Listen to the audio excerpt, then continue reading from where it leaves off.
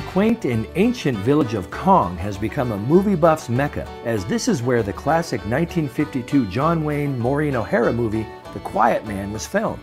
We took a delightful tour of the locations, including Wayne's epic fistfight. He was punched on set in America. He landed almost 6,000 miles away from quite a punch by John Wayne. After 60 years, the movie's presence is stronger than ever. Folks on our tour even got to dress up as the characters in the film. And in the end, I got the girl. I'm coming to get you. Action! Well. This'll just take a minute.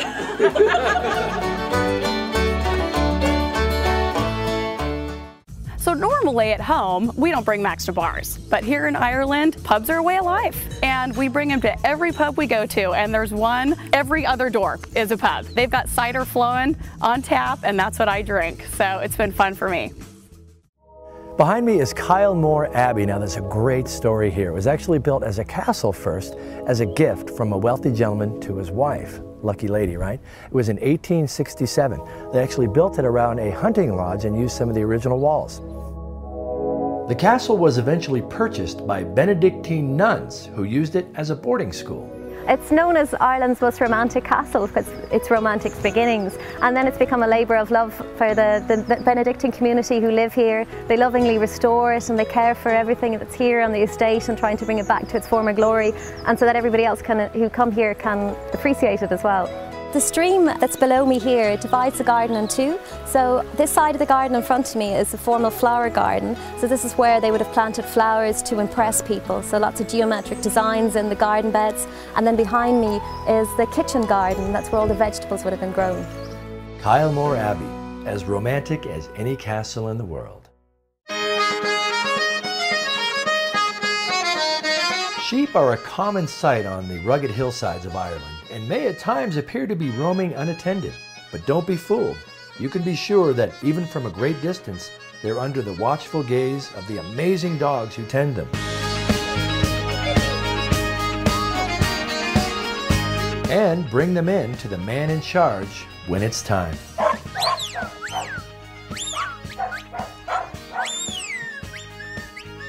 A series of specific whistles command the dogs as they guide the flock back home.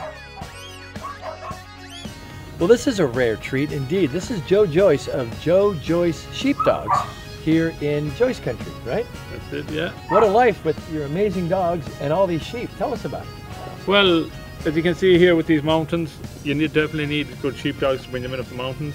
So I breed and train purebred border collies here. I've started recently doing demonstrations for visitors, and it's just to show how the dogs work. Even myself, they still amaze me, even a young dog, the way the border collie is used for collecting the sheep. It's a dog's life, fit for a postcard. Next, we cross the border, leaving the Republic and entering Northern Ireland. Established in this imposing building in 1857, Balik Pottery is yet another iconic Irish brand. It exudes elegance and adorns tables and cabinets everywhere. This may be the world's finest china shop. Have a look and see. It's very delicate, very light, yeah.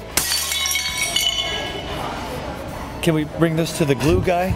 We have over 150 to 200,000 visitors a year, and we have a fantastic visitor centre here that's an award-winning centre. It's one of the top 5 in Ireland. Whenever a visitor comes here, they get to see the product being made. This whole factory here that we're sitting in today has been designed around visitor access.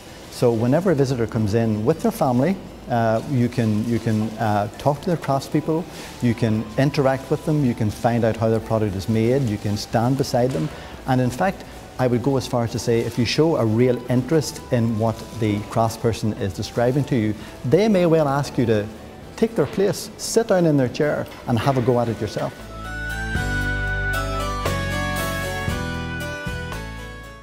This is the most gorgeous place I've ever been. It touches my heart, this place. And it's amazing, it's beautiful. Every time you turn around, there's just something else that just blows you away. And I said the other night over a pint, I feel like I'm coming home.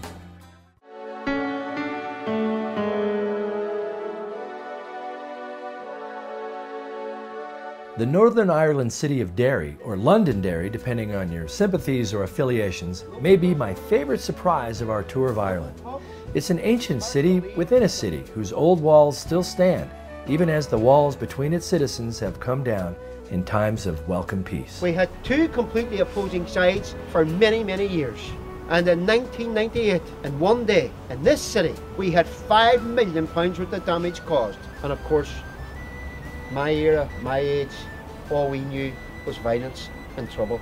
The good news is we now have the most remarkable times I've known in my life. The marchers are sitting with the local residents. Our politicians from both sides of the divide are all sitting together. They have been working tirelessly to promote peace in this land. And thank God, as a result of all their work, and my children can now enjoy and have a life free from any violence, free from any trouble. Times are quite remarkable.